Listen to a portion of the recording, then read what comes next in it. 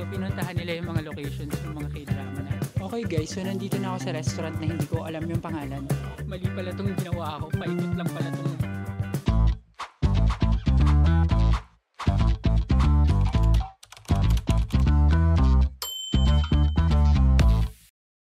Hi amazing people and welcome back to my YouTube channel. So sa pagpapatuloy ng ating Suwon day trip, nakarating na tayo dito sa Hwasong Fortress at i-explore natin ang buong Hwasong Fortress, kabilang na rin yung mga coffee shops and yung mga K-drama sites and locations na pinag-shootingan malapit dito. So exciting pa rin at malamig pa rin dito sa Korea ngayon. So tara guys, samahan nyo ako. Okay guys, so andito na tayo sa bridge. And again guys, hindi ko alam kung anong title ng Korean novela na nag-tape or nag-shoot dito. Pero marami daw. Kasi itong bridge na to talagang sikat na taping spot. Ayan, dumadaan na tayo ngayon. At ipapakita ko lang sa inyo yung harap.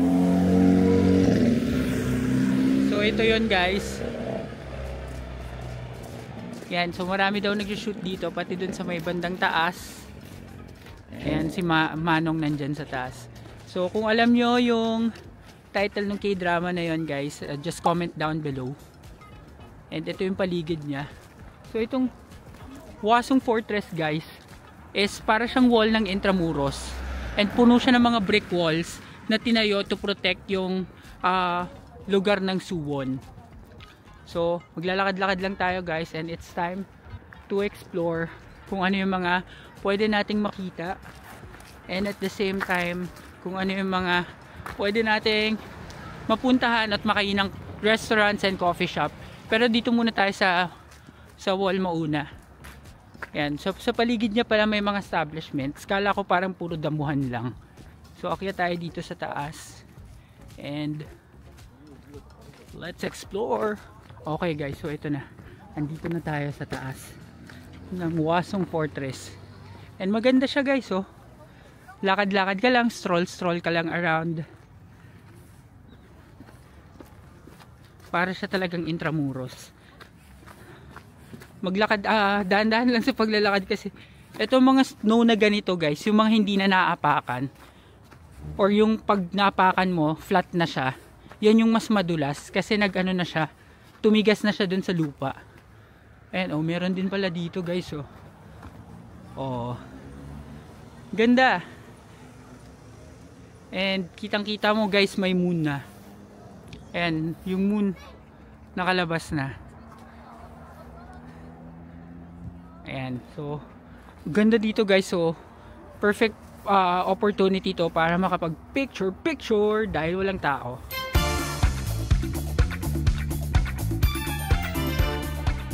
Okay guys, so dumaan na ako dito sa may parang loob. Ayan, so papunta dun sa bridge guys na sinasabi ko kanina.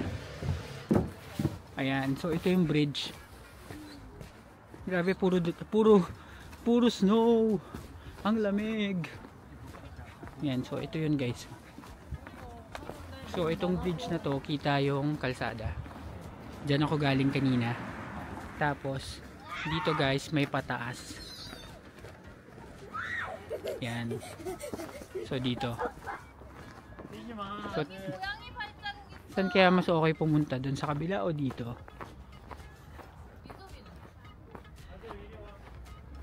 Tignan natin.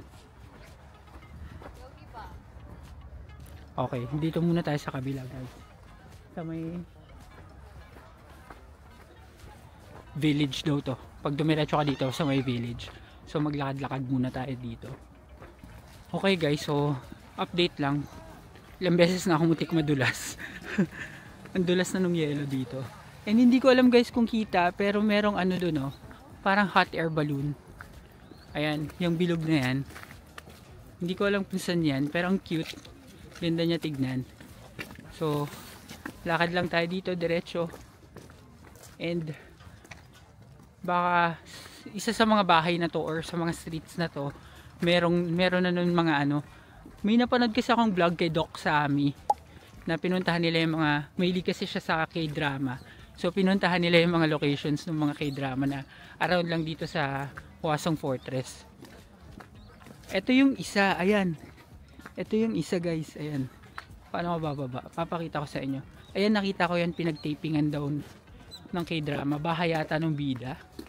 Ito, puntahan natin yan guys, para makita nyo. Lalo sa mga K-drama fanatics. Okay guys, so ito na yung nakita nating unang K-drama location or shooting location. So, ito daw yun, nakita ko to, pinunta ni Doc Sammy. So, kung alam nyo kung ano to guys, kung anong K-drama, comment down below. Pero ayan yun. So, napakalapit lang niya. Ayun yung Hwasong Fortress na entrance, tapos dito lang. Ayan, so napakalapit niya. So guys, meron din ako nakitang Brussels fries dito. Yan, wala masyadong pila. And ang fries nila is 8,000 won. Tapos meron din ditong ang cute na coconut shake and dessert. Ang pangalan is Halo Buko or Halo Buko. Hindi ko alam kung ano yung pronunciation nila dito. So, pero malamig yan. So, diretso lang tayo dito. Tapos, ang next yung makikita guys is Snow World. Ayan o, ito to. Ayan. So, snow area. So, pwede mag-picture dito. Tapos, pwede maglaro ng snow. Ayan o, meron ng merong igloo. Ayan o. Ganda dito, guys. Okay, guys. So, ngayon, tatry natin magbilog ng snow. Ayan. Mahirap pala siya pag isang kamay lang, hindi nabibilog. Bato na. Hindi siya mabibilog kasi isang kamay lang. Hawak ko yung phone ko sa kabilang kamay. So, pero ang ganda oh. Pwede kayo dito magbatuhan ng snow. Kung kaya nyo. Kasi napakalamig talaga. So, nandito lang to guys. Sa tapat lang nitong Hwasong Palace. So, makikita nyo siya agad. Yan. Kung may snow or kung winter time kayo pupunta, tamang-tama to. Mag-enjoy yung mga bata dito kung kaya nila yung lamig. Tapos, makakapaglaro sila dyan.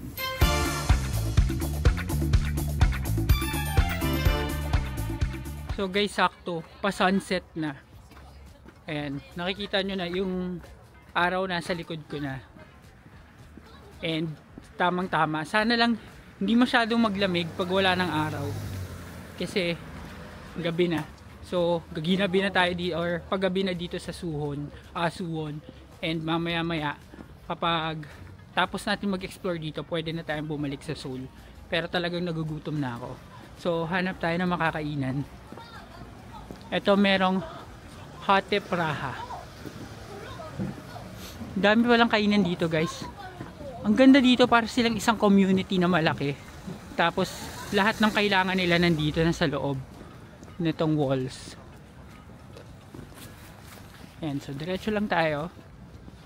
And hanap pa tayo ng ibang pwedeng makainan or ng makita or makainan.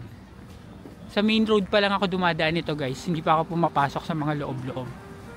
Alright guys, so pumasok na ako sa isa sa mga alley nila. Grabe, punong-puno din ng mga cafe dito sa loob. Namimili na lang ako kung ano yung catchy para sa akin. Tapos papasok na tayo. Ang gaganda ng mga ano nila oh. Mga alley nila guys. Yung sa mga teleserye nga ng Korean. Ganon yung mga ganon talaga. Ayan. So padulo na to guys. Ayan, ito ang ganda din oh. So diretso pa tayo doon. Okay guys, so nakarating tayo dito sa Suwon Center for Traditional Culture. So para siyang hanbok village ba yun? Ganda. Yan guys, pakita ko lang sa inyo. Ang ganda ng coffee shop ngayon. Ang pangalan ay Dawa. Hindi isa, kundi Dawa. Okay. Ito ang ganda oh, parang sa mga diyan nagkakape yung mga nagtsatsa yung mga hari, ganun. Tsaka dito Ang ganda. Parang maganda dito, oh, sa Dawa Coffee. Tapos wala pa masyadong tao.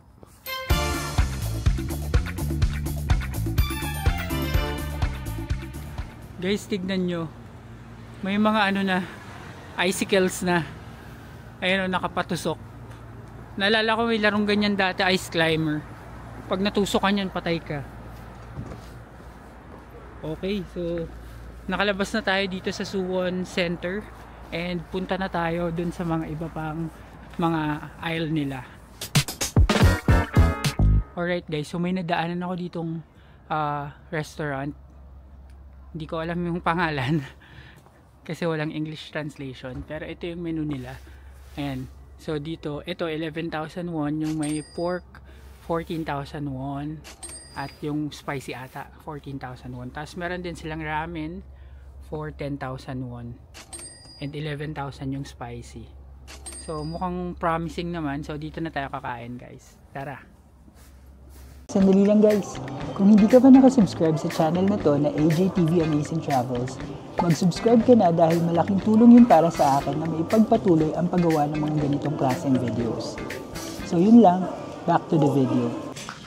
Okay guys, so nandito na ako sa restaurant na hindi ko alam yung pangalan. And yung menu nila sa iPad ka order. Ganyan. Tapos single table lang. Kaso nga lang, walang English. So hindi ko alam kung paano order. Magpapatulong na lang ako sa staff. Yan. So ito yung restaurant guys. Maliit lang. Pero let's see. Okay guys, so naka-order na tayo.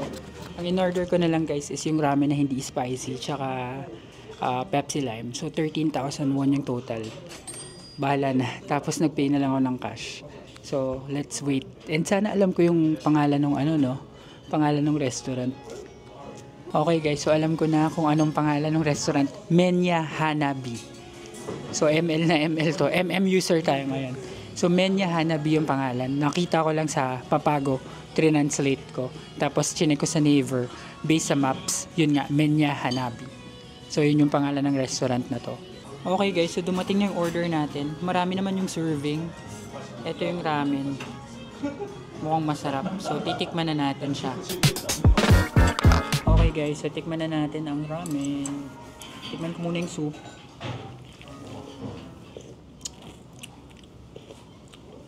Masarap, grabe. Bagay na bagay sa panahon. Sarap. Try natin yung noodles. Ang noodles naman guys ay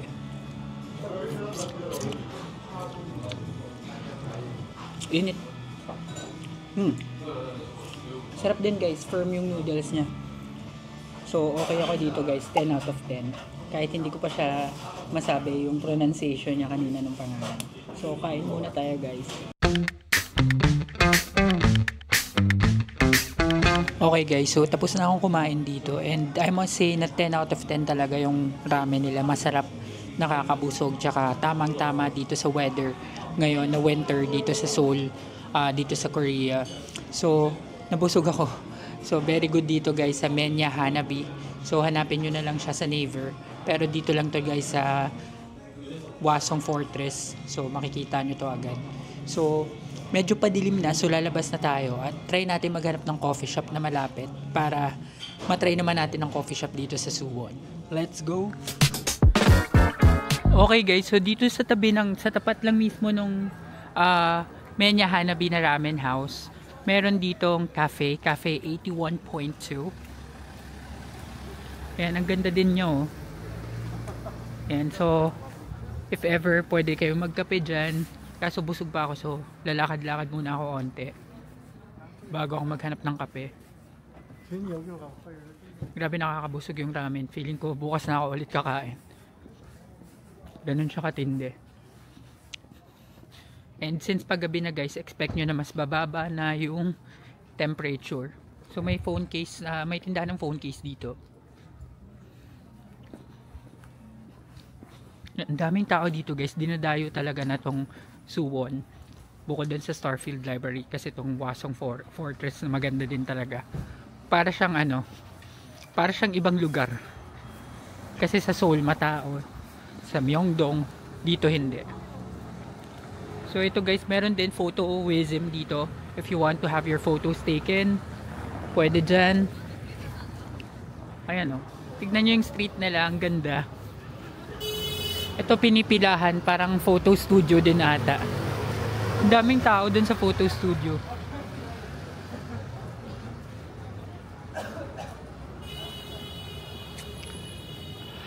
Ang lamig na ngayon guys. Yan, so papakita ko lang sa inyo yung nilalakaran ko. And kung sakali guys na pupunta din kayo dito sa Suwon, I suggest pumunta kayo na maaga kung posible para ma-maximize nyo. Kasi ako, limited yung oras ko since nag-work ako pag gabi.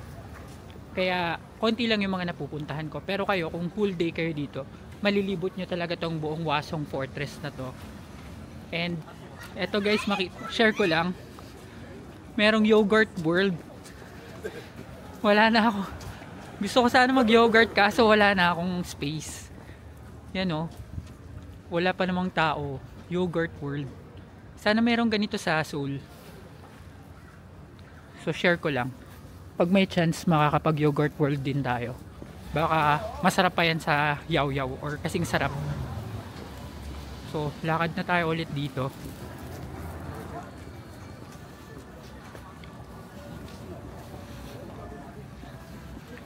Yung mga restaurants nila guys, ano mix ng Korean, Japanese, Taiwanese. Yung menya hanabi parang Taiwanese yung nakalagay dun sa plate nila, dun sa bowl. So baka Taiwanese yun. Ito mga bibimbap, Korean. Ang dami magagandang coffee shop dito guys. So pag may chance i-try nyo. Lalo pag ganitong panahon dahil masarap talaga magkape para mainitan yung sikmura. Okay guys, so nandito na ulit ako sa dulo or sa pinagpasukan natin kanina dito sa Hwasong Fortress. And ito yung itsura niya pag gabi. Ayan. So we will be saying goodbye na here and we will be heading back to Seoul na sa Myeongdong para hindi tayo masyadong gabihan dito dahil mahigit 1 hour din yung biyahe. So guys, dito tayo dadaan. Ito yung kaninang daan na hindi natin pinuntahan. So ngayon akyat tayo. Excuse me. Thank you. Okay, so hike na naman to guys. Pagkakain, kailangan i-burn din agad para di tayo mahirapan.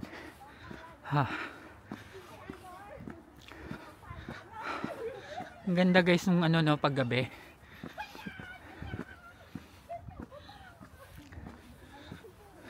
Puro snow tong paligid ko guys. Kaya para kang nasa loob ng freezer. Okay. Ayan, dahan-dahan lang tayo dito. Kasi uso dulas dito. So dito na lang ako sa walang snow maglalakad. Ganda no? Alright guys, so life update. Mali pala tong ginawa ko. Paikot lang pala tong fortress. So parang pabalik ako. Pero okay lang. Naikot ko naman kayo, at least you get to see the view of Hwasong Fortress at night. Yan, medyo snowy lang talaga. Yan, yung buong paligid ko guys, mas snow. So mahirap maglakad, lalo pag pataas yung daan. Ingat, iwas dulas. So hanapin na natin yung exit para makapunta na tayo sa station. Nakakahingal na to. Let's go!